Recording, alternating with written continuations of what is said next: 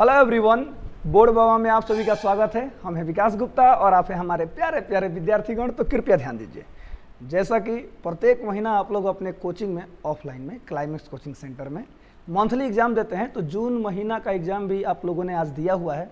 तो जिस तरह से प्रत्येक महीना हम लोग उसका क्वेश्चन आंसर जो भी होता है पेपर डिस्कशन करते हैं, तो इस महीना का भी पेपर डिस्कशन हो चुका है। तो ध्यान से एक एक क्वेश्चन का ऑप्शन मिला लीजिए लो। ओके, आपका कितना सही है कितना गलत है आकर के कल क्लास में बताइएगा। हम सभी लोगों से पूछेंगे कि केकर को वो सही है। ठीक है, चलिए वीडियो को शुरू करते हैं। एक एक क्वेश्चन खूब ध्यान से मिला लीजिए और याद भी कर लीजिए लो, जो कि आपके आने वाले एग्जाम के लिए भी बहुत ज़रूरी है। चलिए शुरू करते हैं। तो चलिए एक एक क्वेश्चन शुरू करते हैं, ध्यान दीजिएगा। ओके, आ जा बेटा। हाँ, पहला क्वेश्चन दिया गया है, where was doctor Zakir Hussain born. Where was doctor Zakir Hussain का जन्म कहाँ हुआ था? तो हैदराबाद में हुआ था, याद रखिएगा। ऑप्शन नंबर बी हो जाएगा। अगला है, in which year did doctor Zakir Hussain become the president of India. किस साल वो भारत के राष्ट्रपति बने थे? किस साल? तो 1967 में बने थे। ऑप्शन नंबर सी हो जाएगा। अगला है, doctor Zakir Hussain served as the governor of which state before becoming the president. यानी राष्ट्रपति बनने से पहले ये किस राज्य के राज्यपाल के रूप में कार्य किए थे, यानी गवर्नर के रूप में कार्य किए थे? ऑप्शन नंबर सी हो जाएगा, यानी बिहार के राज्यपाल के रूप में इन्होंने कार्य किया था। आगे देखिएगा, Bharat is my home is an extract from which speech of doctor Zakir Hussain. यानी जो भारत इज माई होम है, ये किसका अंश है, यानी किस स्पीच का अंश है, यानी कब ये भाषण मतलब जो दिए थे कब दिए थे? तो oath taking speech as president, यानी जब वो प्रेसिडेंट बने थे ना, तो जो भाषण दिए थे ना उसी का एक्सट्रैक्ट है, यानी उसी का एक अंश है।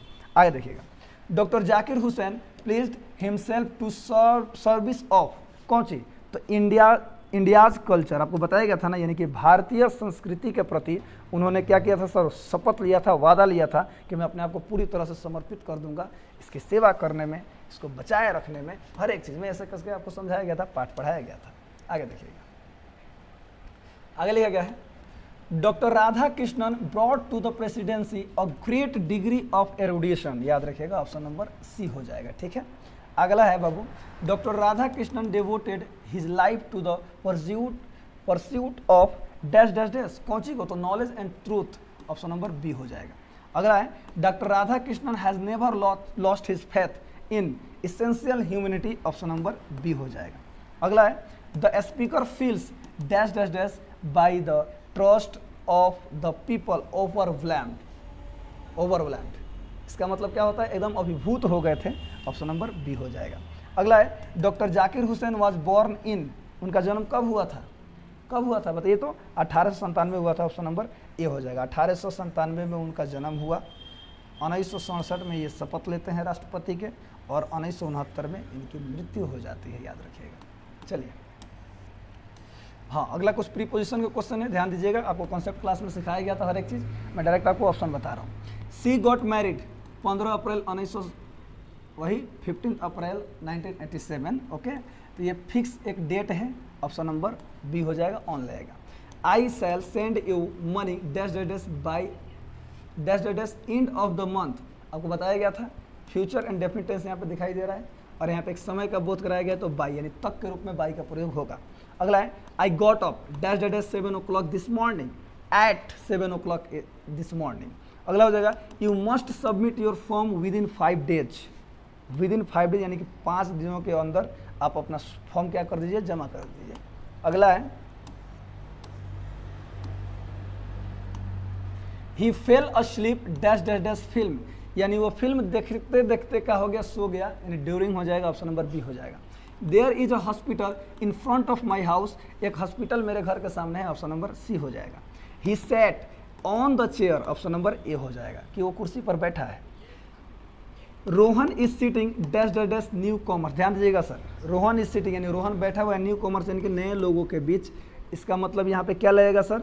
एमोंग लगेगा। आपको बताया गया था बिटवीन का प्रयोग 2 लोगों के बीच होगा, और एमोंग का प्रयोग 2 से अधिक नहीं, यानी 3 से अधिक के बीच होगा, यानी 3 से अधिक। यानी तो न्यू कॉमर्स यहाँ पर प्लूरल है, इसलिए क्या लगेगा? इसमें एमोंग लगेगा। I want to fly above the clouds. Option number B हो जाएगा। I walked across the road. Option number A हो जाएगा। ठीक है, चलिए, हाँ, उसने कहा था कहानी के लेखक कौन है? तो चंद्रधर शर्मा गुलेरी जी हैं। उसने कहा था कहानी का प्रमुख पात्र कौन है, तो हमारे लहना सिंह जी है, ऑप्शन नंबर ए हो जाएगा। लहना सिंह किस युद्ध में भाग लेता है, तो प्रथम विश्व युद्ध में भाग लेता है, ए हो जाएगा। लहना सिंह किस धर्म का था, सिख धर्म का था। उसने कहा था कहानी का प्रकाशन वर्ष क्या है, उसने कहा था कहानी का प्रकाशन वर्ष 1915 है, याद रखिएगा, ठीक है।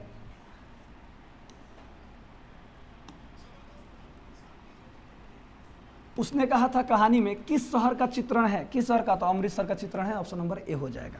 अगला है लहना सिंह के गांव का क्या नाम है, तो लहना सिंह के गांव का नाम था मांझे और वो जो लड़कियां थी उसके गांव का नाम था मगरे, याद रखिएगा। अगला है इसका भी हो जाएगा।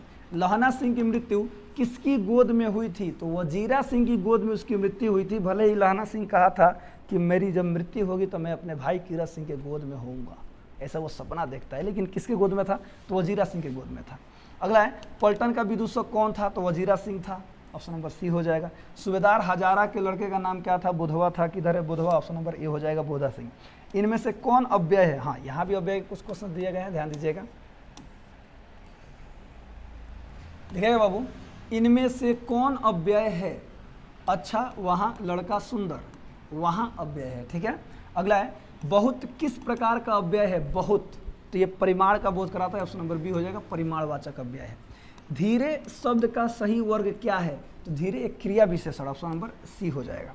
अगला है इनमें से कौन सा शब्द स्थानवाचक अव्यय है, इनमें से कौन सा शब्द स्थान, स्थान का बोध कौन कराएगा बाबू, यहाँ कराएगा, आज किधर कल नहीं कराएगा, यहाँ से स्थान का बोध होता है। अगला है सदा किस प्रकार का अव्यय है, सदा से समय का बोध होता है, ऑप्शन नंबर बी हो जाएगा, ठीक है। चलिए आगे बढ़ते हैं।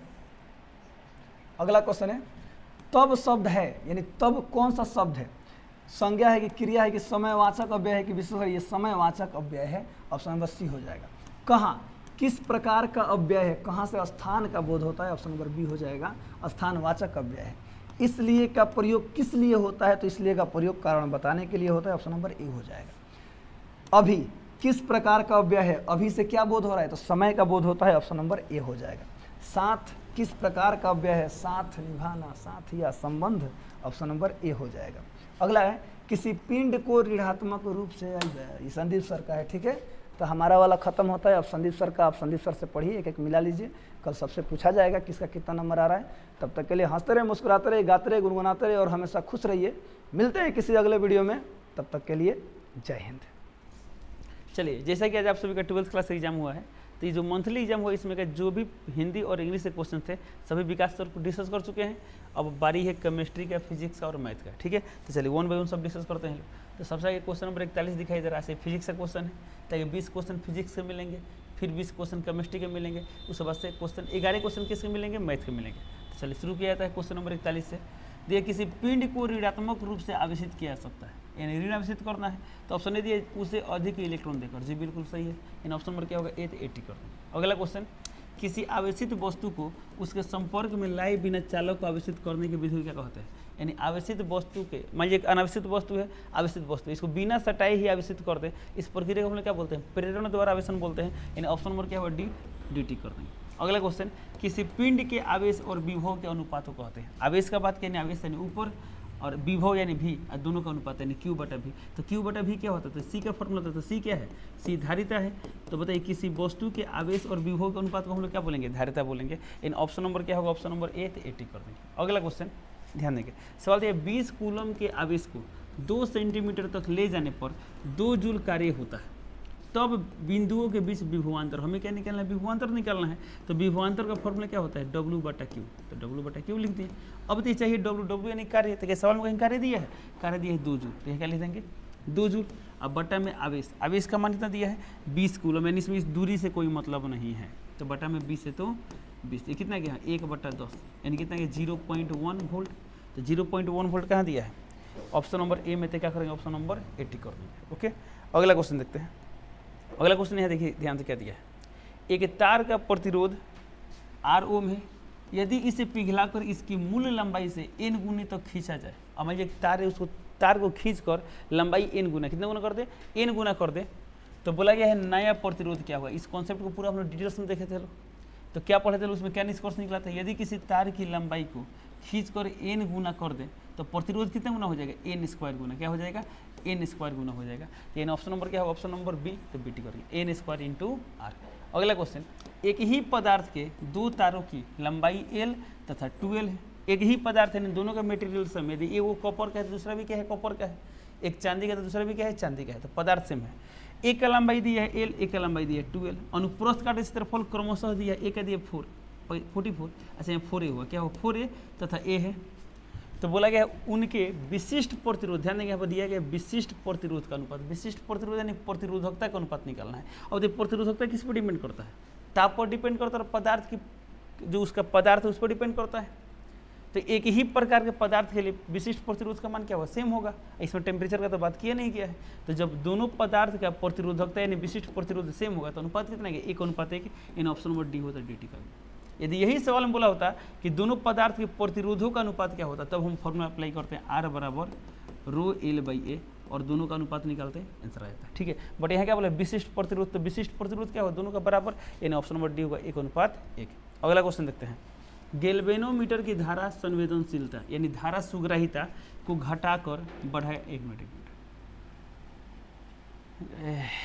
चलिए, संवेदनशीलता को बढ़ाया जा सकता है। यहाँ बोला गया डैश को घटाकर, सवाल पता क्या दे, यहाँ लिखा गया कि धारा संवेदनशीलता को डैश घटाकर बढ़ाया जा सकता है, यानी चारों विकल्प दिया गया है, चारों में क्या चीज़ है जो हम घटाएंगे तो धारा संवेदनशीलता बढ़ेगा, धारा संवेदनशीलता क्या होगा, बढ़ेगा। ठीक है, तो बताइए धारा संवेदनशीलता यानी धारा सुग्राहिता, धारा सुग्राहिता का हम लोग फॉर्मूला क्या पढ़े थे, तो पढ़े थे NBA बटा में के, जहाँ n क्या था फेरों की संख्या, b क्या था चुंबकीय क्षेत्र तीव्रता, a क्या था क्षेत्रफल था, k क्या था तो k था ऐंठन नियतांक। ठीक है, तो ऑप्शन नंबर ए दिया है मरोड़ स्थिरांक, यानी बोला गया किसको घटाएंगे तो इस पूरा का मान बढ़ेगा। तो सही जाहिर से पता बटा नीचे k है, तो जब k का मान घटाएंगे तो ओवरऑल धारा सुग्राहिता का मान क्या होगा, बढ़ेगा। तो यानी ऐंठन नियतांक को घटाएंगे, तो ऐंठन नियतांक बोले या मरोड़ नियतांक बोले या स्थिरांक बोले, बातें क्या है, यानी ऑप्शन नंबर ए हुआ, तो क्या करेंगे ऑप्शन नंबर ए टिक कर देंगे। अगला क्वेश्चन देखते हैं, एक समान चुंबकीय क्षेत्र में वृत्ताकार गति से गुजरने वाला आवेशित कण की समयावधि माने आवर्तकाल यानी टी का बात कर रहा है, निम्न से स्वतंत्र होती है। ऐसा बताइए जब एक समान बाह्य चुंबकीय क्षेत्र में कोई आवेशित कण लंबवत गति करता है उसका पथ वृत्ताकार होता है। तो जब वृत्तीय पथ पर गति करता है तो उसका आवृत्ति भी होता है, आवर्तकाल भी होता है। तो यहाँ किसका बात किया गया, आवर्तकाल। तो आवर्तकाल किस टर्म से स्वतंत्र है, यानी किस पर डिपेंड नहीं करता है। ऑप्शन ने दिया है कण की गति से स्वतंत्र है, बी कण का द्रव्यमान, सी कण का आवेश, डी दिया चुंबकीय क्षेत्र। इस क्वेश्चन का आंसर कैसे दे पाएंगे, जब वो टी का फॉर्मूला पता है। तो टी का फॉर्मूला याद है तो अच्छी बात है, और नहीं याद क्या करेंगे, निकाल सकते हैं। कैसे निकालेंगे सर, देखिए बोर्ड पर ध्यान से। चलिए आप सब बताइए हमें क्या निकालना है, समयावधि टी निकालना है। तो बताइए टी, तो टी क्या है, आवर्तकाल। आवर्तकाल का फॉर्मूला क्या होता है, तो आवर्तकाल क्या है, एक चक्र घूमने में लगा समय। तो समय का फॉर्मूला दूरी बटा चाल, तो एक चक्कर में कितना दूरी, 2πr, और समय दूरी बटा चाल, चाल यानी वेग मान लेते हैं v, तो v। अब ये सवाल कब बने जब हमको r का मान पता रहेगा। तो या तो हम लोग पढ़े थे r का मान निकाले थे लोग। एक समान बाह्य चुंबकीय क्षेत्र में जब कोई आवेशित कण लंबवत गति करता है तो उसके वृत्ताकार पथ की त्रिज्या, हालांकि ये सवाल एग्जाम में भी आता है 2 नंबर का, वृत्ताकार पथ की त्रिज्या का व्यंजक प्राप्त करें। तो कैसे निकाल लेते हैं याद कीजिए। तो जब जब आवेशित कण वृत्ताकार गति करता है तो वृत्ताकार गति के लिए जो आवश्यक अभिकेंद्रीय बल है mv²/r कहाँ से मिलता है, चुंबकीय बल से। चुंबकीय बल का फॉर्मूला QVB sin थीटा। तो sin थीटा का मान होता है 90 डिग्री, तो sin 90 का मान 1, तो यहाँ लिखने की जरूरत नहीं है। हमें निकालना है आर का फॉर्मूला। तो पहला बात v से स्क्वायर कैंसिल, तो आर इधर भेज देते, आर का मान क्या गया, mv/qb, mv/qb। तो जहाँ आर है वहाँ क्या लिख देंगे, इसे ऐसा लिख सकते हैं 2π/v, और जहाँ आर है कितना लिखेंगे, आर के मान mv/qb। तो यहाँ से v से v कैंसिल, तो कितना गया 2πm/qb। तो सवाल क्या दिया, आवर्तकाल किससे स्वतंत्र है, किस पर डिपेंड नहीं करता है। तो आवर्तकाल द्रव्यमान पर डिपेंड कर रहा है, आवेश पर कर रहा है, और किस पर कर रहा है, चुंबकीय क्षेत्र तीव्रता पर कर रहा है। तो किस पर डिपेंडेंट नहीं है, किस पर निर्भर नहीं कर रहा है, किससे स्वतंत्र है। तो ऑप्शन ए दिए कण की गति। अच्छा बताइए इसमें कहीं गति वाला टर्म है, इसमें भी है, भी नहीं ना है, यानी आवर्तकाल भी से स्वतंत्र है, यानी ऑप्शन नंबर क्या होगा, ए, ए टी कर देंगे। अगला दिया द्रव्यमान, तो बट इसमें द्रव्यमान तो है, फिर दिया आवेश, आवेश भी है, चुंबकीय क्षेत्र भी है। ठीक है, चलिए अगला क्वेश्चन देखते हैं। यदि किसी निश्चित स्थान पर पृथ्वी के चुंबकीय क्षेत्र के क्षैतिज और ऊर्ध्वाधर घटक बराबर हो, किसी स्थान पर पृथ्वी के चुंबकीय क्षेत्र का क्षैतिज घटक, इसे शॉर्ट में क्या लिखते हैं, BH लिखते हैं, ऊर्ध्वाधर घटक BV लिखते हैं, दोनों बराबर है। ठीक है, बोला गया है तो नति कोण यानी नमन कोण निकालना है। तो नमन कोण को I लिखें या डेल्टा लिखे बात है क्या है, इसका मान क्या होगा। ठीक है, तो याद कीजिए एक फॉर्मूला पढ़े थे हम लोग, 10I बराबर वर्टिकल यानी BV/BH। तो BV/BH बराबर देख कैंसिल हो कितना आएगा 1 आएगा। 10I का मान 1, 10 कितना का मान 1 होता है 45 डिग्री का होता है, यानी ऑप्शन नंबर क्या होगा, ऑप्शन नंबर सी, तो CT कर देंगे। ओके, चलिए अगला क्वेश्चन देखते हैं। चलिए क्वेश्चन नंबर 50 दिया है, लेंज का नियम संबद्ध है, लेंज का नियम संबद्ध है। ऑप्शन नंबर ए द्रव्यमान से, बी आवेश से, सी संवेग के संरक्षण सिद्धांत से, डी ऊर्जा से। तो हम लोग पढ़ते ऊर्जा संरक्षण सिद्धांत पर क्या होता है, लेंज का नियम आधारित होते हैं। ऑप्शन नंबर क्या होगा, डी, DT करेंगे। बिहार बोर्ड के लिए क्या है, बहुत फेमस क्वेश्चन है। अगला क्वेश्चन, किसी धारावाही प्रेरित्र से संबद्ध चुंबकीय ऊर्जा U प्रवाहित धारा के बीच समानुपातिक संबंध होता है। तो हम लोग पढ़ते हैं U का फॉर्मूला क्या होता है 1/2 LI²। ओके, अब बताइए तो यहाँ से U को लिख सकते हैं I² के समानुपाती, यानी ऑप्शन नंबर क्या होगा डी, तो DT कर देंगे। क्योंकि इसमें L क्या होता है, सो प्रेरक होता है, नियतांक होता है, और 1/2 तो कांस्टेंट है ही, तो ये पूरा नियतांक यानी U क्या है, I² क्या है, समानुपाती है। अगला क्वेश्चन, डायनेमो के कार्य का सिद्धांत आधारित है। डायनेमो बोले या विद्युत जनित्र बोले, दोनों का मतलब क्या होता है सेम। इनका कार्य सिद्धांत किस पर आधारित होता है, वैद्युत चुंबकीय प्रेरण पर, यानी ऑप्शन नंबर क्या होगा बी, BT कर। ये भी बिहार बोर्ड के लिए क्या है, बहुत फेमस क्वेश्चन है, इवन इस साल भी ये क्वेश्चन एग्जाम में आया है। ओके, अगला क्वेश्चन देखते हैं, लंबाई L के किसी छड़ को एक समान चुंबकीय क्षेत्र वेक्टर B की दिशा के लंबवत। अब इसमें वेक्टर B की दिशा किधर है, क्रॉस, क्रॉस माने क्या है, अंदर की ओर है, और इसको इधर गति करा रहे हैं, इधर गति करा रहे हैं, यानी इधर जा रहा है, कोई अंदर की ओर है, तो कोण 90 डिग्री बनेगा ना, तो 90 डिग्री है। तो यहाँ पर बोला भी क्या है, दिशा के लंबवत भी चाल से गतिशील कराने पर प्रेरित विद्युत वाहक बल का परिमाण होगा। तो यहाँ हम पढ़े थे गति के विद्युत वाहक बल, गति के विद्युत वाहक बल फॉर्मूला क्या होता है, BLV sin थीटा, और ये थीटा का मान 90 है, तो sin 90 का मान आएगा 1, यानी होगा BLV। तो BLV लिखे चाहे BVL लिखे, बात है कि ऑप्शन नंबर क्या होगा बी, तो BT कर देंगे। अगला क्वेश्चन, 3 प्रेरित्र जिनके समान प्रेरकत्व 3 हेनरी है, चित्र के अनुसार संयोजित है। बोला P और Q के बीच तुल्य प्रेरकत्व है। अच्छा, फोटो में हमें P और Q के बीच क्या निकालना है, समतुल्य प्रेरकत्व निकालना है। और ये पॉइंट P है तो पूरा किसकी तरह काम कर रहा है, P की तरह काम करते हैं, ये भी P होगा। ये Q है तो पूरा Q की तरह काम, यानी ये भी क्या होगा, Q होगा। पूरे सिस्टम में सिर्फ दिखाई दे रहा है P और Q, तो यहाँ पर मान लेते हैं P और यहाँ पर मान लेते हैं Q। अब देखिए ये वाला क्या है, P और Q के बीच, तो यहाँ बना लेते हैं P और Q के बीच 3 हेनरी। ये भी किसके बीच है, Q और P, यानी P और Q के बीच, तो यहाँ भी आ गया 3 हेनरी। अब देखिए लास्ट वाला बचा, ये भी किसके बीच है, P और Q के बीच, तो P और Q के बीच, यानी तीनों के तीनों किस क्रम में संयोजित है, समांतर क्रम संयोजन में। तो समांतर क्रम संयोजन में समतुल्य प्रेरक तो याद है 1/L बराबर 1/L1 plus 1/L2 plus 1/L3। इसको सॉल्व करें तो कितना आएगा, 3/3 1 हेनरी आएगा। तो 1 हेनरी समतुल्य प्रेरक तो क्या होगा, 1 हेनरी, यानी ऑप्शन नंबर क्या होगा ए, 80 कर देंगे। ओके, चलिए अगला क्वेश्चन देखते हैं। क्वेश्चन नंबर 55 दिया है यहाँ पर, किसी बंद परिपथ का प्रतिरोध 10 ओम है, यानी R का मान कितना दिया है 10 ओम। इस परिपथ से t समय में चुंबकीय फ्लक्स फाई इतना से परिवर्तित होता है। अच्छा देखिए, ये जो फ्लक्स है क्या है, समय पर डिपेंड कर रहा है, जैसे टाइम चेंज फ्लक्स का मान चेंज, यानी फ्लक्स में परिवर्तन हो रहा है। ठीक है, जब चुंबकीय फ्लक्स में परिवर्तन होता है तब मैंने प्रेरित विद्युत धारा उत्पन्न होता है। तो इसमें बोला गया है कि प्रतिरोध दिया है, फ्लक्स का समय के साथ संबंध दिया है, t बराबर 0.25 सेकेंड पर परिपथ से प्रवाहित धारा का मान निकालना, हमें निकालना है I। अच्छा बताइए I का फॉर्मूला क्या होता है, तो ओम के नियम के अनुसार हमने पढ़ा है I बराबर V/R, I बराबर V/R। अब इस सवाल तो हुआ जब V का मान पता, तो क्या V का मान EMF को बराबर कर सकते हैं, मोड क्यों लग रहा है कि हमको इसके चिन्ह से मतलब नहीं है। ठीक है, अब बट्टा में R तो R। ठीक है, अब बताइए हमें E निकालना, EMF निकालना, तो EMF का फॉर्मूला क्या होता है, जब फ्लक्स दिया हो, फ्लक्स में परिवर्तन हो रहा हो, तो EMF क्या होता है, तो प्रेरित विद्युत वाहक बल क्या होता है, यहाँ पे लिखते हैं।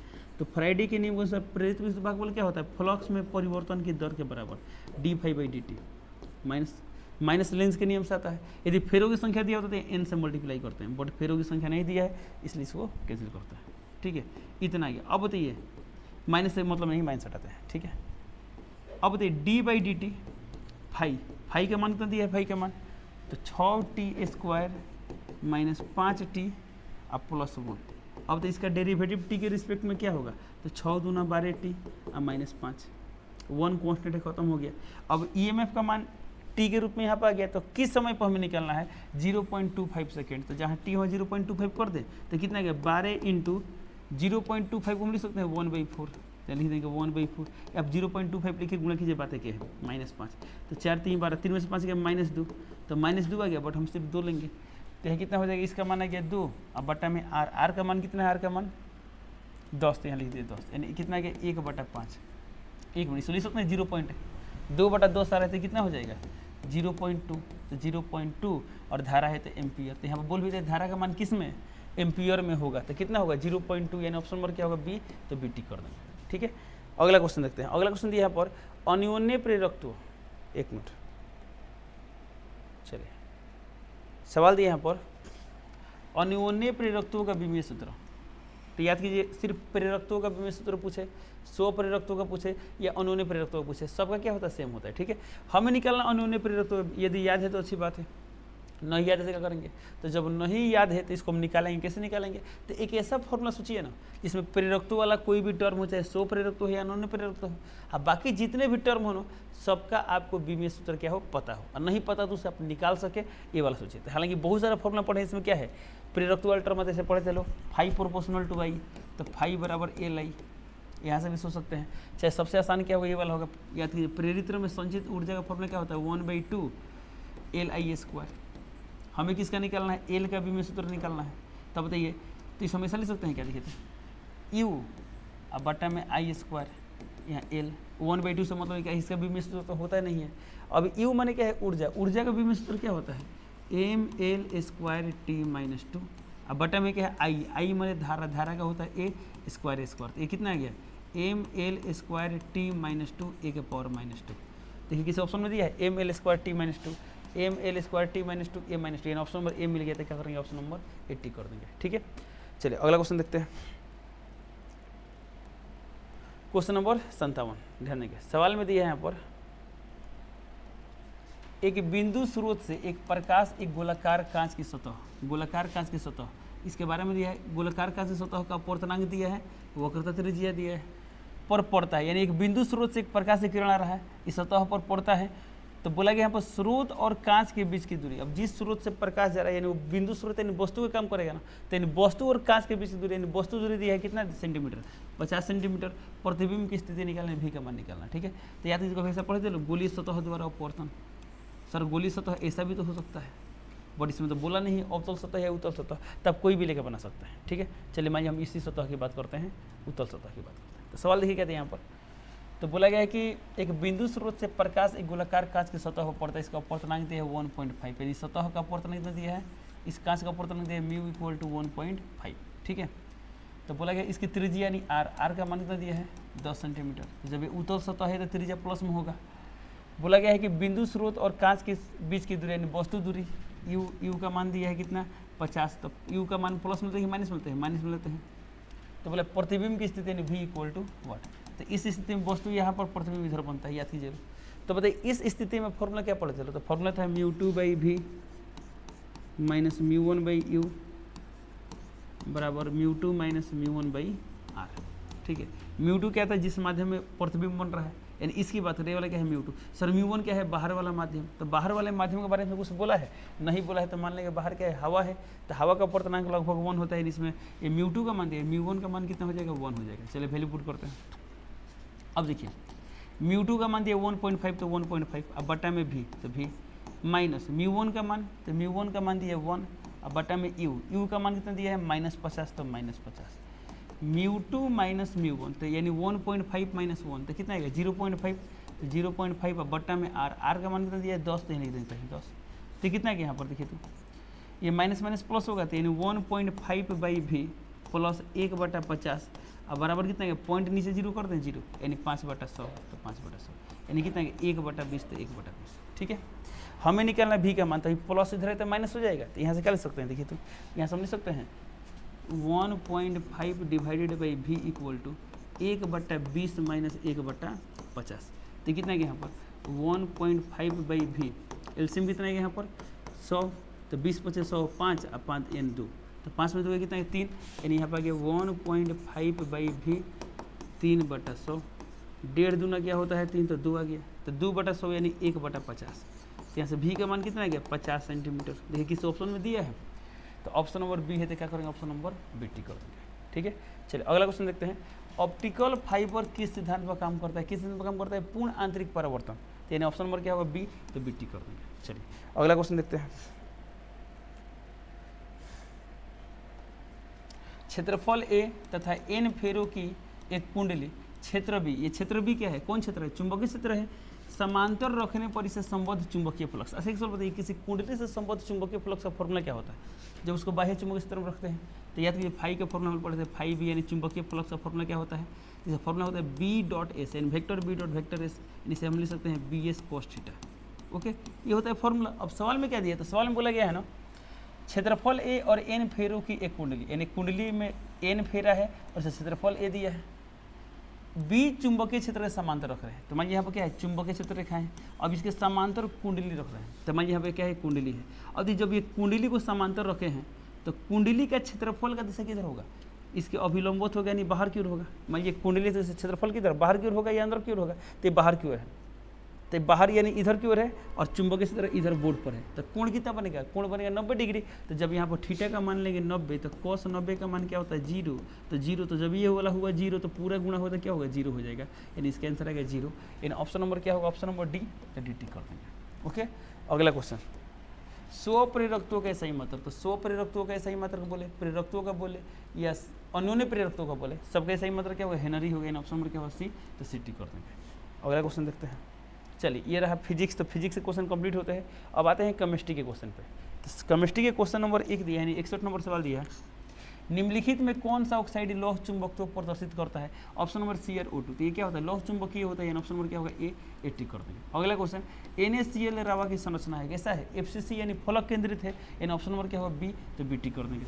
अगला BCC इकाई सेल में मुक्त यानी खाली जगह, मुक्त खाली जगह का प्रतिशत है, तो BCC का संकुलन क्षमता कितना होता है 68%, यानी 68% जगह क्या है, कण द्वारा घिरा हुआ यानी कण है इसमें, तो खाली कितना है, तो 32% है।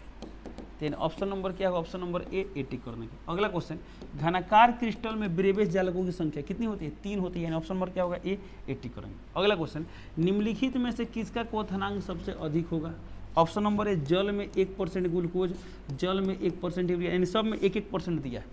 अब कंफर्म में जो क्वथनांक उन्हें किस पर डिपेंड करेगा, वन टर्म गुणांक पर डिपेंड करेगा, तो वन टर्म गुणांक। तो बताइए ग्लूकोज के लिए आई का मान क्या होता है, तो ग्लूकोज के लिए आई का मान होता है 1, क्योंकि ग्लूकोज ना ही संयोजित होगा ना ही वियोजित होगा। सुक्रोज के लिए भी आई का मान क्या 1, क्योंकि ना ही संयोजित ना ही वियोजित। बट NaCl को डालेंगे तो क्या इसका वियोजन होगा, तो आई का मान बढ़ेगा। तो यदि टोटली वियोजन हो जाए ना तो आई का मान 2 हो जाएगा। ग्लूकोज यहाँ पर यूरिया दिया है, ऐसे यहाँ पर ग्लूकोज, ठीक है, यूरिया का भी वियोजन नहीं होता है, इसका भी आई का मान क्या होगा 1 होगा। तो याद जो हम लोग पढ़े थे लोग, आई का मान अधिक होने से अणुसंख्या गुणधर्म बढ़ता है। तो जब अणुसंख्या गुणधर्म क्यों बढ़ता है, तो आई का मान 2 माने क्या हुआ, NaCl जब हम डालेंगे तो उसके अंदर वियोजित होगा, तो कण की संख्या बढ़ेगी घटेगी, बढ़ेगी। तो जब कण की संख्या बढ़ेगी तो अणुसंख्या गुणधर्म बढ़ेगा। और क्वथनांक उन्नयन भी क्या है, अणुसंख्या गुणधर्म है। तो जब क्वथनांक का उन्नयन बढ़ेगा तो क्वथनांक बढ़ जाएगा, यानी ऑप्शन नंबर क्या होगा सी, तो सी टी कर देंगे। जिसका आई का मान ज़्यादा उसका अणुसंख्या गुणधर्म क्या होगा, ज़्यादा होगा। अगला क्वेश्चन, चलिए क्वेश्चन नंबर 66 ध्यान देंगे। सवाल दिया यहाँ पर 0.1 मोलर BaNO2 का होल 2 यानी बेरियम नाइट्राइट घोल का वन टॉप गुणांक इतना दिया है, वन टॉप गुणांक दिया है तो बोला है विघटन स्तर है प्रतिशत में, यानी कितना % इसका विघटन हुआ है। तो एक सवाल बताइए, यदि क्या ये तो डेसिमल में फ्रैक्शन में है, तो जब ये फ्रैक्शन में इसका मतलब कंफर्म इसका 100% वियोजन नहीं हो रहा है, ये तो बात फैक्ट है। और ऑप्शन से भी लग रहा है कि कहीं ऑप्शन में ऐसे यहाँ पर दिया 100% तो नहीं हो रहा है, यानी ऑप्शन नंबर सी तो कैंसिल हो गया। अब इसी में से कोई होगा, कौन होगा, कैसे पता करेंगे। तो याद कीजिए इसको बहुत डिटेल्स में हम पढ़े थे लोग, कब, तो पूरा जब फिजिकल केमिस्ट्री का PYQ डिस्कस किया गया था ना, उसमें हम लोग क्या किया था, इसको पूरा डिटेल्स में देखे थे, ठीक है। अभी तो हमें सही आंसर तक जाना कि आपका टेस्ट हुआ है और आपको आंसर इसका मिलाना है किसका क्या होगा, और इसको क्लास में पढ़े थे लोग। चलिए शुरू करते हैं, जल्दी से इसको आंसर तक जाने की कोशिश करते हैं। वन टॉप गुणांक दिया है ना, असल वन टॉप गुणांक हम कैसे निकालते हैं, तो जब हम पहले की कोणों की संख्या पता हो और बाद के कोणों की संख्या पता हो, यानी वियोजन के बाद कितने कोण अब पहले कितने कोण थे, ठीक है। तो एक काम करते हैं, क्या है, बेरियम नाइट्रेट है, चलिए लिखते हैं बेरियम नाइट्रेट, बेरियम नाइट्राइट है, नाइट्रेट नहीं है, नाइट्रेट का होता है NO3, यहाँ NO2 यानी बेरियम नाइट्राइट। और जब बेरियम नाइट्रेट का वियोजन होगा तो क्या होगा, Ba2+ बनेगा, और प्लस क्या होगा नाइट्राइट यानी NO2-, संतुलित करते हैं यहाँ पर 2 होगा। इसका मतलब क्या होगा, एक बेरियम नाइट्राइट का जब अणु टूटेगा तो एक बेरियम आयन और 2 नाइट्राइट आयन बनेगा, यानी टोटल 3 गो आयन बन जाएंगे। यानी एक बेरियम नाइट्रेट कौन है तो यहाँ 3 दे देगा, यानी 3 वन टॉप गुणांक क्या होता है 3 होता, क्या होता 3 होता। कब, जब 100% वियोजन होता तब। बट यहाँ वन टॉप गुणांक 2.74 दिया, यानी 100% वियोजन नहीं हो रहा है, थोड़ा सा कम हो रहा है। इसका मतलब क्या हुआ, मान लीजिए हमने 10 गो बेरियम नाइट्रेट डाला, हो सकता उसमें 7 गो टूट गया, 6 गो टूट गया, 4 गो यहीं रह गया, तो वहाँ तो 100% विभाजन नहीं ना हुआ। चलिए देखते हैं क्या दिया है। तो बोला विघटन स्तर क्या है। तो मान लेते हैं पहले कितना था, पहले मान लेते हैं 100 था, कितना था 100, ये पहले वाला लिख रहे हैं पहले, तो पहले ये 100 था तो ये कितना हुआ 0 0, यानी नहीं टूटा है। अब ये 100 में से कुछ टूट गया, कितना टूटा है, पूरा टूट रहा है, नहीं टूट रहा है, कुछ टूट रहा है, तो कितना टूट रहा है, मान लेते हैं x टूट रहा है। अब तो जब x बेरियम नाइट्राइड टूटेगा तो एगो बेरियम नाइट्राइड टूटने से एगो बनता था, तो x टूटेगा कितना बनेगा, x बनेगा, 1 से ये 2 बनता था, 2 से 4, तो x टूटने से कितना बनेगा 2x बने, 2x आ गया। ठीक है, तब इसमें 1 टॉप गुणा एगो दिया है, एगो आप निकाल सकते हैं। तो बताइए i का मान कितना दिया है, तो i का मान दिया है 2.74 और एगो आप i निकाल सकते हैं। कैसे, तो वियोजन के बाद कोणों की कुल संख्या या संयोजन के बाद कोणों की कुल संख्या, तो इसमें वियोजन होता है, वियोजन लेंगे तो बाद में कोणों की कुल संख्या के लिए क्या करेंगे, ये सब जोड़ेंगे, ये सब जोड़ना पड़ेगा। तो ये सब जोड़िए तो कितना है यहाँ पर 100 माइनस x प्लस x और प्लस 2x, अब बटा में पहले कोण की कुल संख्या 100 प्लस 0 प्लस 0 यानी 100, अब बराबर कितना है 2.74, तो 2.74, तो कितना क्या यहाँ पर देखिए, तो ये minus x plus x cancel, तो 100 प्लस 2x, अब बटा में 100 है तो 100, और यहाँ पर इसको लिख सकते हैं 274/100, 100 कैंसिल, हाई प्लस इधर है तो माइनस हो जाएगा, तो यहाँ से कितना गया 2x का मान आ गया 274 माइनस 100 यानी 174, तो x का मान कितना गया 2 8 16 यानी 87, x का मान आ गया 87, इसका मान क्या हुआ 100 में से 87 को कोण निकल रहे हैं। तो बताइए 100 वो था 87 को निकल गया, तो कितना परसेंट निकल गया 87% निकल गया, कि 100 में से जितना आता है वही ना प्रतिशत होता है। नहीं तो अब निकालिए प्रतिशत, प्रतिशत कैसे निकालते हैं, तो कितना 87, पहले कितना था 100 मल्टीप्लाई बाई 100, तो कितना गया 87% आया। इन ऑप्शन नंबर क्या होगा, ऑप्शन नंबर बी, तो बी टिक कर देंगे। ओके, चलिए अगला क्वेश्चन देखते हैं। क्वेश्चन नंबर 67 ध्यान नहीं क्या दिया, निम्नलिखित अभिक्रियाओं के लिए मानक इलेक्ट्रोड विभव का मान दिया गया है। यहाँ पर लिखा है Ag प्लस यानी चांदी है। अब तो यहाँ पर Ag प्लस से Ag बन रहा है, यानी ऑक्सीडेशन नंबर बढ़ रहा है, घट रहा है, यानी ऑक्सीकरण है कि अवकरण है, अवकरण है। और यहाँ पर इस यानी चांदी का अवकरण विभव, यहाँ भी देखिए तो Ag प्लस से Ag यानी ऑक्सीडेशन नंबर घट रहा है, यानी अवकरण हो रहा है। तो चांदी का अवकरण विभव दिया है 0.80 वोल्ट, और Sn का ये भी अवकरण हो रहा है, यानी Sn का अवकरण विभव दिया है -0.14 वोल्ट। तो इसमें बोला गया है कि इस सेल का विद्युत वाहक बल निकालना है। तो विद्युत वाहक बल का फॉर्मूला पढ़े थे लोग क्या है, हालांकि यहाँ पर क्या आएगा, यहाँ पर क्या आएगा मानक विद्युत वाहक बल आएगा। ठीक है, तो हमें ई नोड सेल निकालना है, तो इसलिए लिख सकते हैं ई नोड कैथोड, यानी कैथोड का वो भी कैसा लेते हैं, रिडक्शन पोटेंशियल लेते हैं, minus E node of anode, anode का भी क्या लेते हैं, रिडक्शन पोटेंशियल लेते हैं। अब बताइए कैथोड इसमें कौन है, तो जिस पर होता है ऑक्सीकरण उसे हम एनोड बोलते हैं। तो Sn पर हो रहा है ऑक्सीकरण, देखिए ऑक्सीडेशन नंबर बढ़ रहा है, तो ये वाला है एनोड। ऐसे भी पढ़ते हैं लेफ्ट साइड वाला एनोड होता है, राइट साइड वाला क्या होता है कैथोड होता है।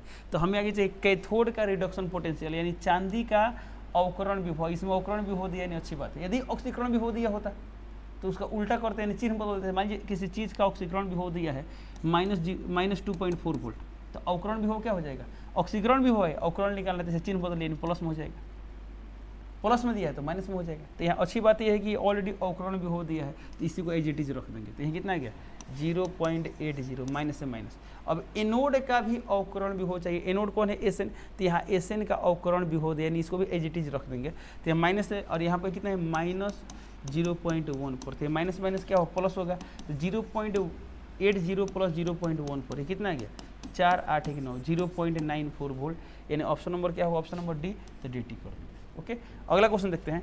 चालकत्व सेल का सेल स्थिरांक, तो सेल स्थिरांक का फॉर्मूला क्या होता है L/A, यानी ऑप्शन नंबर क्या होगा ए, तो AT कर देंगे। चलिए अगला क्वेश्चन 69 ध्यान देंगे, सवाल यहाँ पर दिया है NaCl के जलीय घोल के वैद्युत अपघटन से कैथोड पर निम्नलिखित में कौन मुक्त होता है। चलिए तो अब देखिए NaCl का जलीय घोल दिया है, सवाल समझिए प्लीज।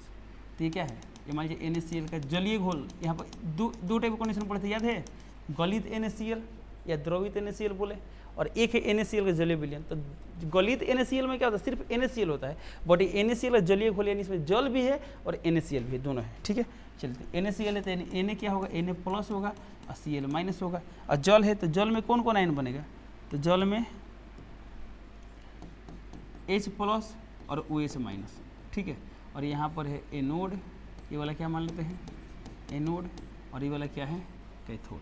ठीक है, ये वाला है कैथोड, तो एनोड को हम प्लस से जोड़ते हैं, कैथोड यानी क्या होता है माइनस, ये प्लस वाला है क्या है माइनस वाला। ठीक है, अब जब इसका वियोजन होगा तो सवाल में क्या बोला गया है, कैथोड पर निम्नलिखित में से कौन मुक्त होता है। बताइए कैथोड पर यदि सिर्फ इसमें NaCl होता तो क्या था, तो कैथोड निगेटिव होता है, ये निगेटिव है तो प्लस वाला जाएगा यानी Na प्लस जाता है। यदि सिर्फ इसमें HOH माइनस होता तो H प्लस जाता, बट इसमें अब दो में कॉम्पिटिशन होगा, Na प्लस और H प्लस। अभी दोनों में इसमें कौन जाएगा तो डिसीजन कैसे लेंगे लोग, तो या तो हम लोग पढ़े थे लोग विसर्जन की वरीयता सिद्धांत, उस सिद्धांत के अनुसार इसमें तो कौन जाएगा, H प्लस जाएगा। कौन जाएगा, H प्लस। तो इसमें इस पर मुक्त होगा H प्लस। तो कैथोड पर कौन मुक्त हो रहा है, H प्लस यानी हाइड्रोजन, यानी ऑप्शन नंबर क्या होगा डी, तो dt कर देते। इसका तो आंसर हो गया।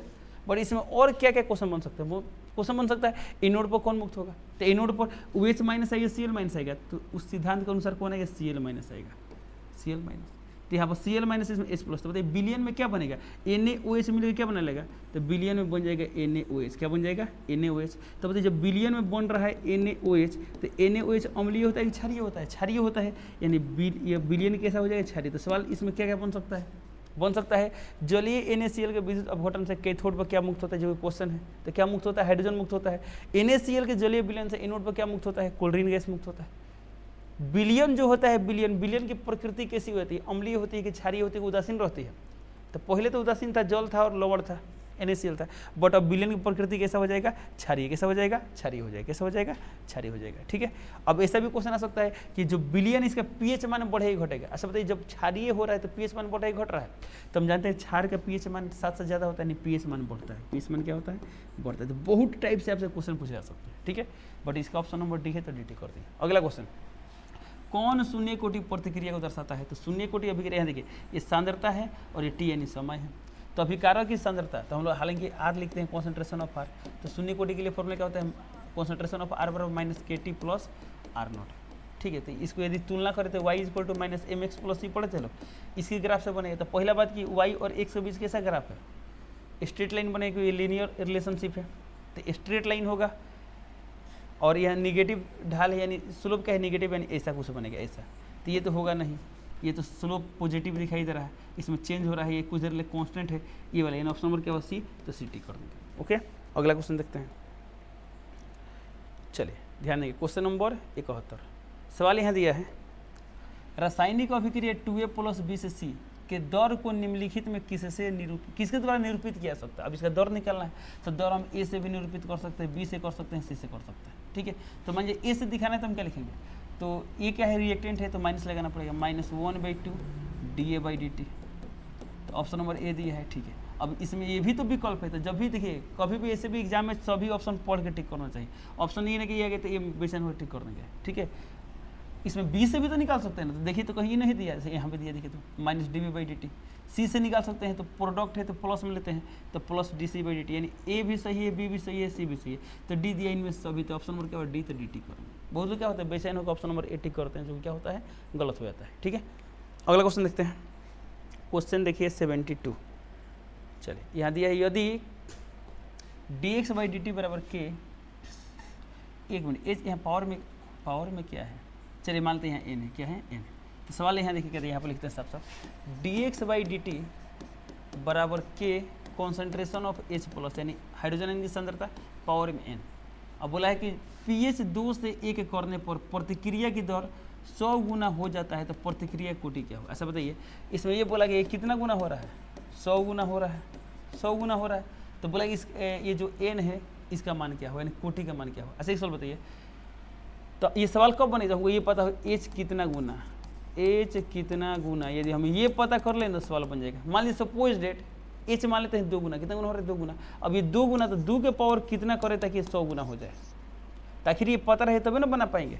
तो इसमें अब हम लोग का काम क्या, आपको ये पता करना है कि हाइड्रोजन आयन की सांद्रता कितना गुना हो रहा है। तो क्या सवाल में दिया है, सवाल में हाइड्रोजन की सांद्रता नहीं दिया है, pH दिया है कि pH मान 2 से 1 हो रहा है, और हम जानते हैं pH मान बदल रहा है, हाइड्रोजन की सांद्रता बदल रहा है। तो आपको हाइड्रोजन आयन की सांद्रता में परिवर्तन चाहिए कि कितना गुना हो रहा है, और इसमें डायरेक्टली नहीं दिया है, एक रास्ता दिया है, pH दिया है, और इसके मदद से आपको क्या पता करना है कि हाइड्रोजन आयन की सांद्रता कितनी गुनी होगी। ठीक है, चलिए तब बताइए, थोड़ा सोचिए, pH का मान 2 से 1 हो रहा है, तो हाइड्रोजन आयन की सांद्रता बढ़ेगी घटेगी, तो पीएच मान घटने से अम्लीय सामर्थ्य बढ़ता है, यानी हाइड्रोजन की सांद्रता क्या होता है, बढ़ता है। पढ़ते थे लो ना, पीएच मान जितना कम होगा उतना ही अम्लीयता ज़्यादा होगा।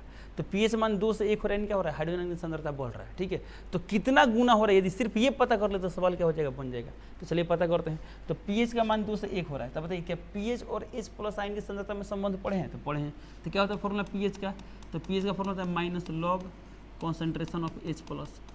अब देखिए पीएच का मान दिया है 2, अच्छा ठीक है, तो 2 ले लेते हैं, तो कितना हो जाएगा minus log concentration of H plus. हमें निकालना है इस, ये माइनस इसको इधर कर दें, तो कितना हो जाएगा -2 बराबर कितना आ गया यहाँ पर log concentration of H plus. तो H प्लस की सांद्रता निकालना है, बेस में क्या है, बेस में 10 है, तो यहाँ क्या हो जाएगा 10 के पावर -2।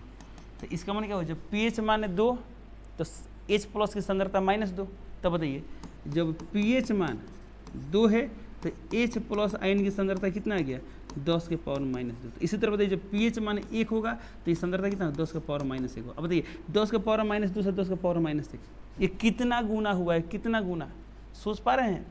बताइए 10 के पावर -2 में क्या गुना करते हैं कि जाए तो 10 होगा, और नहीं सोच पा रहे हैं तो क्या है, थोड़ा इसको ऐसा लिख लीजिए, ऐसा लिख सकते हैं 1/10 के पावर 100, अरे 1/10। अब बताइए इसमें क्या गुना करे ताकि आ जाए, एगो जीरो घटा ही नहीं है, 10 लेंगे तभी ना आएगा। तो इसका माने क्या हुआ, ये कितना गुना हो रहा है 10 गुना, कितना गुना हो रहा है 10 गुना।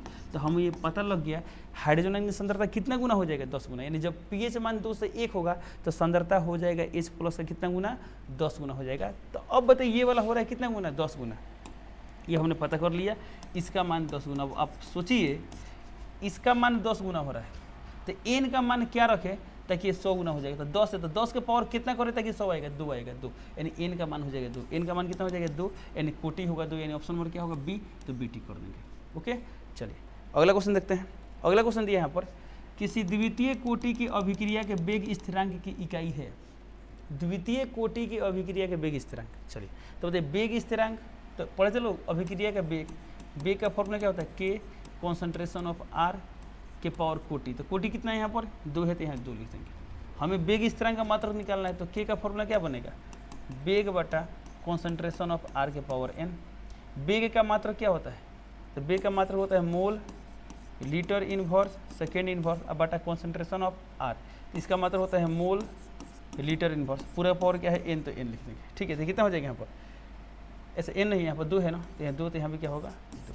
ठीक है, तो कितना हो जाएगा यहाँ पर देखिए, तो mole litre inverse second power -1 बटा मोल स्क्वायर लीटर पावर -2। तो यहाँ मोल के पावर 1, यहाँ -2, यहाँ 2 है तो ऊपर -2 हो जाएगा, तो हिसाब करते कितना आ जाएगा मोल के पावर -1, लीटर पावर माइनस में 2 इधर है तो प्लस हो जाएगा, तो 2 - 1 लीटर हो जाएगा, और सेकेंड पावर -1, तो मोल इनवर्स लीटर सेकेंड पावर, तो मोल इनवर्स, तो ये मोल इनवर्स नहीं है, खत्म हो गया।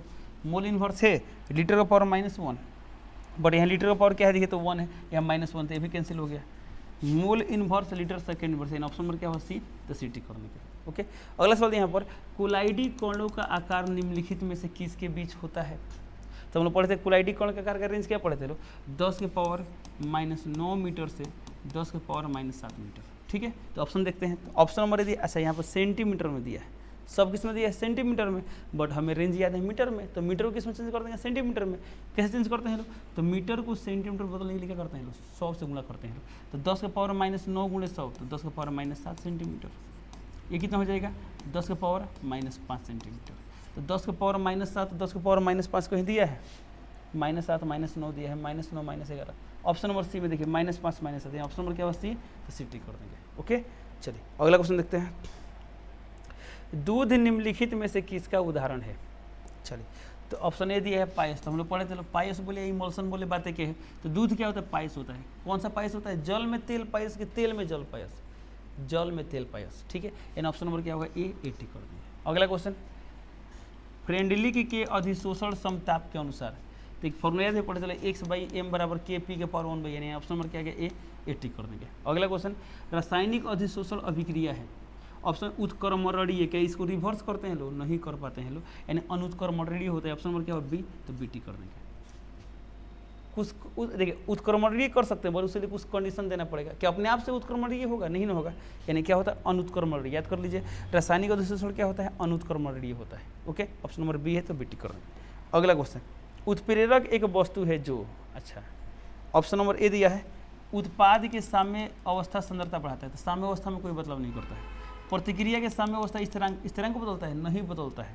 साम्यावस्था प्राप्त करने के समय को कम करता है। जी बिल्कुल, ऑप्शन नंबर क्या होगा? सी, CT करने का। इस साम्यावस्था ये क्या करता है? सक्रियण ऊर्जा घटाता है, यानी एक्टिवेशन एनर्जी कम करता है। तो जब एक्टिवेशन एनर्जी कम होता है क्या होगा?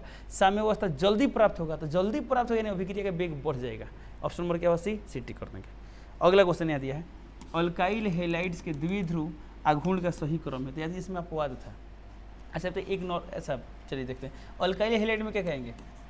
Are, fluorine, chlorine, bromine, iodine. ठीक है, द्विध्रुव आघूर्ण का सही क्रम बताना है। ठीक है, तो नॉर्मली क्या होता है, तो ऐसे तो ऊपर से नीचे आते ऐसे थे, द्विध्रुव आघूर्ण पढ़े थे लोग, तो फॉर्मूला क्या होता है? फिजिक्स में पढ़े हैं लोग, क्या होता है? म्यू बराबर आवेश गुणे दूरी यानी Q इंटू डी। तो म्यू जो है ना Q और D पर डिपेंड करता है। ठीक है, तो D का मान अधिक तो म्यू का मान अधिक। ठीक है, तो ऊपर से नीचे है ना, और एक और 4 पर भी डिपेंड करता है। इस पर डिपेंड करता है, 4 पर भी डिपेंड करता है।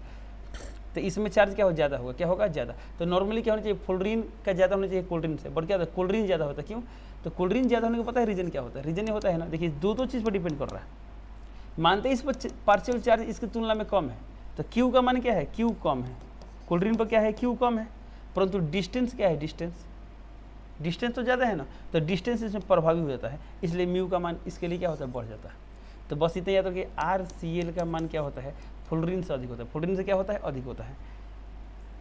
तो यानी सबसे अधिक फ्लोरीन होना चाहिए, बट सबसे अधिक क्या होता है? क्लोरीन हो जाता है। यानी सबसे अधिक RCl होता है, उसके बाद से फ्लोरीन और बाकी सब ठीक है। BRI इन ऑप्शन नंबर क्या होगा? A, 80 कर देंगे। ठीक है, चलिए अगला क्वेश्चन देखते हैं लोग। सवाल यहाँ पर जेम डाइब्रोमाइड है। जेम डाइब्रोमाइड याद है, एक पढ़े थे लोग जेमिनल और बेसिमल। तो डाइब्रोमाइड यानी डाई हैलाइड दो टाइप में पढ़े थे लोग, एक था जेमिनल, एक था बिस्नल। ठीक है, तो जेमिनल में क्या था? तो जेमिनल में था कि दोनों हाइड्रोजन परमाणु क्या होने चाहिए? एक ही कार्बन से। तो यदि एक ही कार्बन से दोनों हाइड्रोजन परमाणु जुड़ा है, मान लीजिए एक X और X, इसे क्या बोलते हैं? जेमिनल बोलते हैं। यदि मान लीजिए दो निकटवर्ती कार्बन, मान लीजिए एक यहाँ पर X है और एक यहाँ पर X है, इसे क्या बोलते हैं? बिस्नल। क्या बोलते हैं? बिस्नल। बट हमें से क्या पूछा गया है? जेमिनल। तो देखते हैं जेमिनल कौन है। एक ही कार्बन से क्या होना चाहिए? दोनों जुड़ा होना चाहिए। तो यहाँ पर देखिए Br इस कार्बन जुड़ा है, ये Br इस कार्बन जुड़ा है, तो अलग अलग कार्बन हो गया, तो खत्म हो गया। यहाँ देखिए, तो यहाँ पर Br है, एक मिनट, Br, इसमें Br अकेले है, दो होता तब ना चेक करते हैं। यहाँ देखते हैं लोग, यहाँ Br2 है, ध्यान देंगे Br2। तो ये जो Br2 है दोनों कैसे? इस कार्बन जुड़ा है। कैसे? देखिए CH3 है, सिंगल बॉन्ड C, यहाँ C है, फिर यहाँ पर क्या है? CH3 है। अब यहाँ पर क्या है? Br2 है, यानी एक Br यहाँ पर, एक Br यहाँ पर। तो ये दोनों जो हाइड्रोजन परमाणु क्या है? एक ही कार्बन जुड़े हैं, तो इसलिए क्या है? ये जेमिनल है। ऑप्शन नंबर क्या होगा? ऑप्शन नंबर बी, तो BT कर देंगे। ओके, चलिए। अच्छा, ए के बाद C हो गया, फिर B हो गया D, खैर कोई बात नहीं, आगे देखते हैं लोग। क्वेश्चन नंबर, अच्छा केमिस्ट्री खत्म हुआ, अब क्या स्टार्ट हो गया? मैथ। तो ध्यान देंगे, मैथ में दिया है question number 81, the value of the determinant. इस डिटरमिनेंट का वैल्यू बताना है। ठीक है, तो सबसे पहले इसको सिंप्लीफाई करते हैं, कोई प्रॉपर्टीज अप्लाई करते हैं। देखिए इसमें से कुछ कॉमन ले सकते हैं, इस रो से, इसमें से x कॉमन ले सकते हैं, इस रो से y कॉमन ले सकते हैं, और इस रो से z। तो बताइए यदि हम एक कॉमन लेते हैं क्या बचेगा? 0। यहाँ से x निकाल दिया तो क्या आएगा? y², और यहाँ क्या आएगा? z²। इसमें से y निकाल देते हैं, कितना आ गया? x², यहाँ पर 0, और यहाँ कितना आ गया? z²। यहाँ से क्या निकाल दिए? यहाँ से z निकाल दिए थे, कितना आ गया? x², y², यहाँ कितना है? 0 है, तो 0। ठीक है, अब देखिए यहाँ से कुछ कॉमन ले सकते हैं, यहाँ से x² कॉमन ले सकते हैं, तो यहाँ पहले से x था, x² कॉमन, तो कितना आ गया? x के पावर 3। यहाँ से y² कॉमन ले सकते हैं, तो कितना होगा? y के पावर 3। z² कॉमन, तो z के पावर 3, तो यहाँ कितना गया? 0 1 1 1 0 1 1 1 0। ठीक है, अब इसके काम को डायरेक्टली सॉल्व करते हैं, उतना लेंदी तो है नहीं, तो इसको थोड़ा सा क्या करते हैं? सॉल्व कर लेते हैं। तो कितना गया? x3 y3 z3। तो मान लीजिए फर्स्ट रो से सॉल्व करें तो 0 वाला खत्म, ये 1 लेंगे, तो 1 प्लस में कि माइनस में? माइनस में। तो इस 1 के साथ क्या मल्टीप्लाई करेंगे? तो 0 और -1, तो 0 -1 आ गया। फिर ये वाला +1 लेंगे, तो इस 1 के साथ क्या लेंगे? 1 × 1 1 और -0, तो कितना आ गया यहाँ पर? तो यहाँ पर आ गया माइनस, ये माइनस, तो माइनस माइनस +1, ये कितना आ गया? +1 1 1 2, यानी कितना हो जाएगा? 2x3 y3 z3। कोई दिया है? ऑप्शन नंबर बी में है, क्या करेंगे? ऑप्शन नंबर बी टिक कर देंगे। ओके, अगला क्वेश्चन देखते हैं। इफ ए बराबर इतना, then value of determinant of 2a चाहिए। सब जगह हमें निकालना होगा 2a, तो बताइए इसमें 2a कितने है? 2a, तो जो 2 है किस में गुणा करना है? मैट्रिक्स में गुणा करना है। तो मैट्रिक्स में जब किसी कांस्टेंट से गुणा करते हैं क्या होता है? सभी एलिमेंट में गुणा करना पड़ते हैं। तो कितना है यहाँ पर? 2 एकम 2, 2 दूना 4, 4 दूना 8, 2 दूना 4। अब ये जो इसका निकालना है डिटरमिनेंट, डिटरमिनेंट ऑफ 2 4 8 4 कितना है यहाँ पर? 4 दूना 8, 8 चौका 32, तो कितना है यहाँ पर? 8 में से 32 से कितना आ गया? 24, तो कितना क्या -24, यानी ऑप्शन नंबर क्या होगा, ऑप्शन नंबर, अच्छा एक मिनट, इस टाइप से दिया है, कोई बात नहीं। तो देखिए यहाँ पर दिया 4 इंटू डिटरमिनेंट ऑफ ए, तो इसे कितना है 2 एकम 2 और -8, तो 2 में 60 गया -6, तो -6 इंटू 4 कितना है -24, ऑप्शन नंबर क्या गया 80 कर दो, ठीक है। एक तो ये हो गया, एक तरीका क्या है तो हम लोग पढ़े थे, याद कीजिए, ये 2a का मतलब क्या हुआ, दोनों में गुणा करना है, बस जब डिटरमिनेंट लेंगे तो फिर 2 बाहर निकालेंगे तो दोनों रो से निकालेंगे ना, तो 2 2 गुणे 2 कितना होगा 2 स्क्वायर यानी 4, तो 4 इंटू यानी ऑप्शन नंबर क्या होगा ए। हालांकि हम पढ़े भी थे किसी डिटरमिनेंट, मान लीजिए कोई मैट्रिक्स ए है, कितना बाई कितना का है 3/3 ऑर्डर का है, मान लीजिए n/n ऑर्डर का है, तो हमें निकालना है के ए का डिटरमिनेंट, तो क्या होगा ये जो के है इसके सभी रो में ना गुणा हुआ है, और जब हम डिटरमिनेंट से कॉमन लेते हैं क्या होता है सभी रो से इंडिविजुअल कॉमन लेते हैं, तो n बार जब की कॉमन लेंगे तो की का पावर n इंटू ए आएगा, तो ये कॉन्सेप्ट सीखे थे लोग, तो इसके आधार पर भी आप बनाएंगे तो क्या होगा 2 है तो 2 बाहर, पावर में कितना होता है इसका ऑर्डर कितना है 2/2 यानी 2 डिटरमिनेंट ऑफ ए, तो कितना गया 4 है, ठीक है। अगला क्वेश्चन देखते हैं लोग, अगला क्वेश्चन यहाँ पर दिया है the value of the determinant इतना, अच्छा तो ये कुछ दिखाई दे रहा है वाला देखिए, तो ये जो मैट्रिक्स इससे बने तो मैट्रिक्स कैसा बनेगा, स्क्यू सिमेट्रिक मैट्रिक्स बनेगा, और स्क्यू सिमेट्रिक मैट्रिक्स का डिटरमिनेंट क्या होता है 0, तो 0 कर देंगे। कैसे होता है तो ये चीज़ हम लोग प्रूफ भी किए थे लोग, क्लास में देखे थे आप लोग। इन ऑप्शन नंबर क्या होगा डी, तो डी कर देंगे। अगला क्वेश्चन देखते हैं, इफ इतना बराबर इतना then X is equal to, अच्छा बताइए ये दोनों बराबर थे, एक्स का मान निकालना था, एक्स इंटू एक्स स्क्वायर 18 दूना 36 तो -36 बराबर है कितना है, देखिए तो 6 36 और -36, तो कितना है एक्स स्क्वायर -36 बराबर 36 -36 0, तो एक्स स्क्वायर का मान 36, तो एक्स का मान आ गया plus minus on the root 36 यानी +-6, तो +-6 यानी ऑप्शन नंबर क्या होगा बी, तो बी टी कर देंगे। अगला क्वेश्चन देखते हैं, चलिए क्वेश्चन नंबर 85 ध्यान देंगे, सवाल यहाँ दिया है कॉस इनवर्स माइनस, तब कॉस के अंदर माइनस है तो क्या करते हैं इसे, लिख सकते हैं pi minus cos inverse 1, pi minus cos inverse 1, अब प्लस क्या है यहाँ पर साइन इनवर्स 1, ठीक है। अब बताइए पाई माइनस कॉस कितना का मान 1 होता है, कॉस कितना का मान 1 होता है, तो हमने पढ़े कॉस 0 डिग्री का मान 1 होता है, कितना होता है 0, तो यहाँ 0 हो जाएगा। अब प्लस साइन इनवर्स, साइन कितना का मान 1 होता है, तो साइन π/2 90 डिग्री का होता है, तो यहाँ पर आ गया पाई प्लस π/2, तो कितना आ जाएगा यहाँ पर 3π/2, तो 3π/2 यानी ऑप्शन नंबर क्या होगा डी, तो डी टी कर देंगे, ओके। अगला क्वेश्चन देखते हैं, अगला क्वेश्चन यहाँ पर दिया है साइन इनवर्स इतना प्लस कॉस इनवर्स, अच्छा बताइए साइन इनवर्स ए वाला और इसमें वाला सेम है, तो मान लीजिए एक्स है और ये भी एक्स है, तो sine inverse x plus cos inverse x क्या होता है π/2, यानी ये पूरा मिले क्या हो जाएगा ये पूरा π/2, तो यहाँ लीजिए π/2। चलो अब इसकी बात करते हैं कॉट इनवर्स, अब इसको सॉल्व कर लेते हैं। कॉट इनवर्स, तो कॉट के अंदर है माइनस, कॉट के अंदर क्या है माइनस, तो क्या होता है फॉर्मूला पाई माइनस, क्या होता है पाई माइनस कॉट इनवर्स √3, तो बताइए कॉट कितना का मान √3 होता है, तो कॉट 30 डिग्री का मान 30 यानी क्या हो गया π/6, तो π/6। अब चलिए कॉसेक इनवर्स √2, कॉसेक कितना का मान √2 होता है 45 यानी π/4, तो π/4। अब 10 के अंदर माइनस है तो माइनस इजिली बाहर आ जाता है, तो 10 का मान कितना का मान होता है π/4, तो π/4, तो ये और ये कैंसिल। अब इसको सॉल्व करना है तो इस तीनों का एलसीएम कितना आएगा, तो एलसीएम आएगा 6, तो 2 3 6, तो यहाँ गया 3π, यहाँ पर प्लस 6π, यहाँ पर -π, तो कितना गया 6 3 9, 9 में से गया 8π अब बटा 6, तो यह गया 4 यानी 3, यानी 4π/3, 4π/3, 4π/3। अच्छा कौन ऑप्शन में नहीं दिया है, यानी कहीं गड़बड़ हुआ है, देखते हैं एक minute.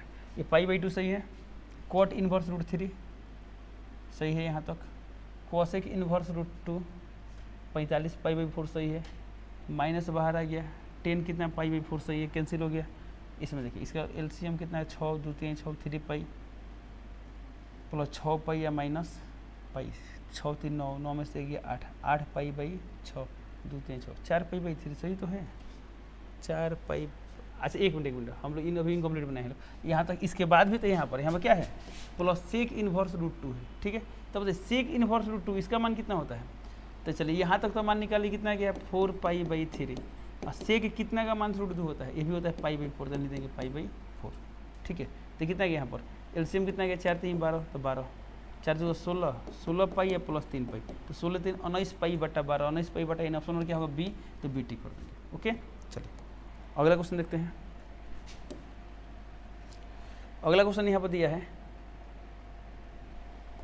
The value of cos inverse 2x² - 1 is equal to, हालांकि इसका डायरेक्टली फॉर्मूला याद होना चाहिए कि 2 cos इनवर्स x होता है, ऑप्शन नंबर 80 कर दें। नहीं याद है आप इसको निकाल सकते हैं कैसे, अब देखिए x का मान क्या लेता है कि फॉर्मूला बन जाएगा, तो पढ़े चलो 2 cos² x - 1, तो मान लीजिए हमने x का मान रख दिया कॉस थीटा क्या रख दिया कॉस थीटा।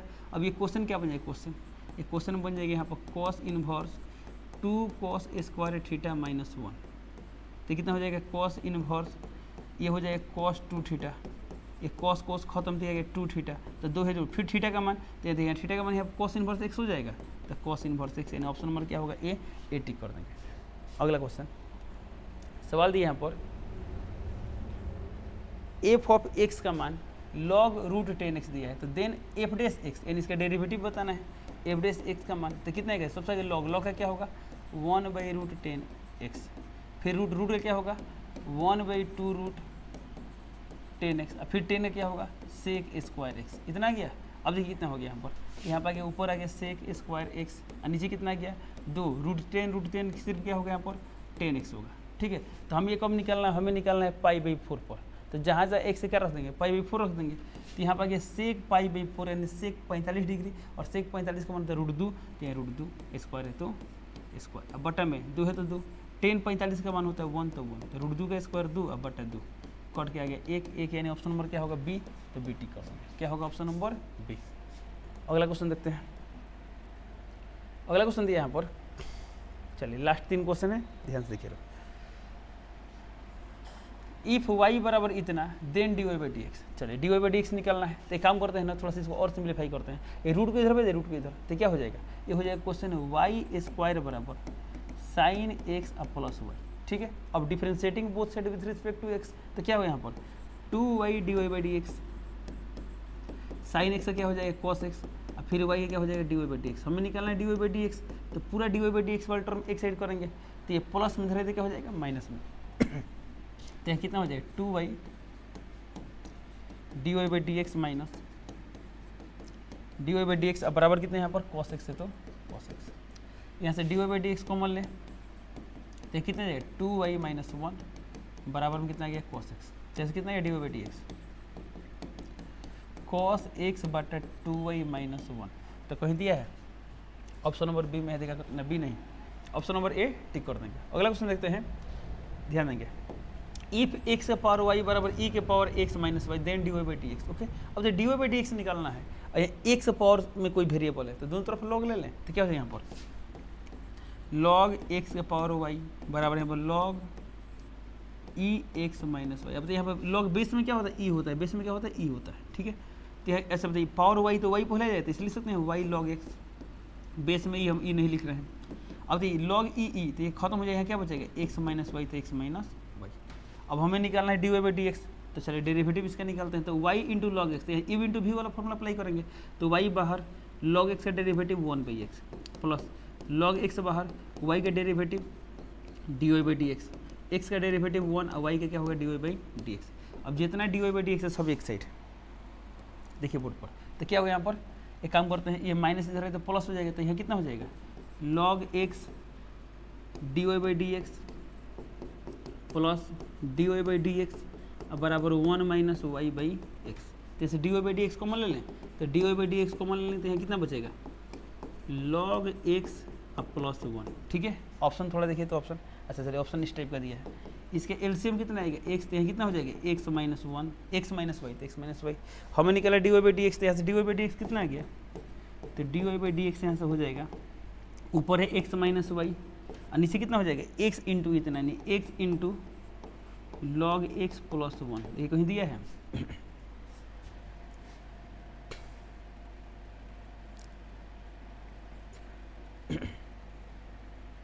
ऐसे एक मिनट देखते हैं ऑप्शन। अच्छा ऑप्शन देखिए सिर्फ x के टर्म में, किस टर्म में दिया है x के टर्म में, हमको y क्या हटाना होगा y हटाना होगा, ठीक है। अब देखिए यहाँ से y का मान क्या होगा, y का मान यहाँ से देखिए तो y का मान, तो y का मान क्या लिख सकते हैं यहाँ से, यहाँ ध्यान देंगे तो y का मान लिख सकते हैं x माइनस वाई बटा लॉग x, तो जहाँ y है क्या लिख देंगे, चेक काम करते हैं हमें x माइनस वाई, तो x माइनस वाई का मान इतना लिख देते, फिर इसमें y क्या आएगा यहाँ पर y आएगा, ठीक है। चलिए लिखते हैं, तो कितना है इसके पास यहाँ पर लिखते हैं x है तो x माइनस वाई, तो जहाँ y है कितना लिख देंगे, तो y का मान आ जाएगा यहाँ से अच्छा एक मिनट y का मान निकलना है ना, तो y माइनस में क्या हो जाएगा प्लस हो जाएगा, क्या हो जाएगा प्लस, तो क्या हो जाएगा यहाँ पर, तो y कॉमन लेंगे तो यहाँ पर आ जाएगा 1 प्लस लॉग x अब बराबर हो जाएगा x, तो y का मान कितना है x बटा 1 प्लस लॉग x, तो जहाँ y कितना हो जाएगा x बटा 1 plus log x divided by कितना है x into log x plus 1। ठीक है, अब देखिए सॉल्व करते हैं। तो इसका एलसीएम कितना आएगा, तो इसका एलसीएम इसमें मल्टीप्लाई हो जाएगा, तो यहाँ 1 प्लस लॉग एक्स, यहाँ भी 1 प्लस लॉग एक्स, तो नीचे हो जाएगा 1 प्लस लॉग एक्स का होल स्क्वायर, ये इसमें मल्टीप्लाई होता है कितना है यहाँ पर x plus x log x और माइनस एक्स, एक्स खत्म तो कितना गया एक्स लॉग एक्स बटा एक्स लॉग एक्स। अच्छा ये नीचे भी एक्स है ना, तो ये क्या हो एक्स और एक्स कट जाते हैं, लॉग एक्स बटा 1 प्लस लॉग एक्स का होल स्क्वायर, तो लॉग एक्स बटा 1 प्लस यानी ऑप्शन नंबर क्या होगा ए, तो 80 कर देंगे। ओके चलिए अगला क्वेश्चन देखते हैं, लास्ट में देखते हैं क्वेश्चन नंबर 91।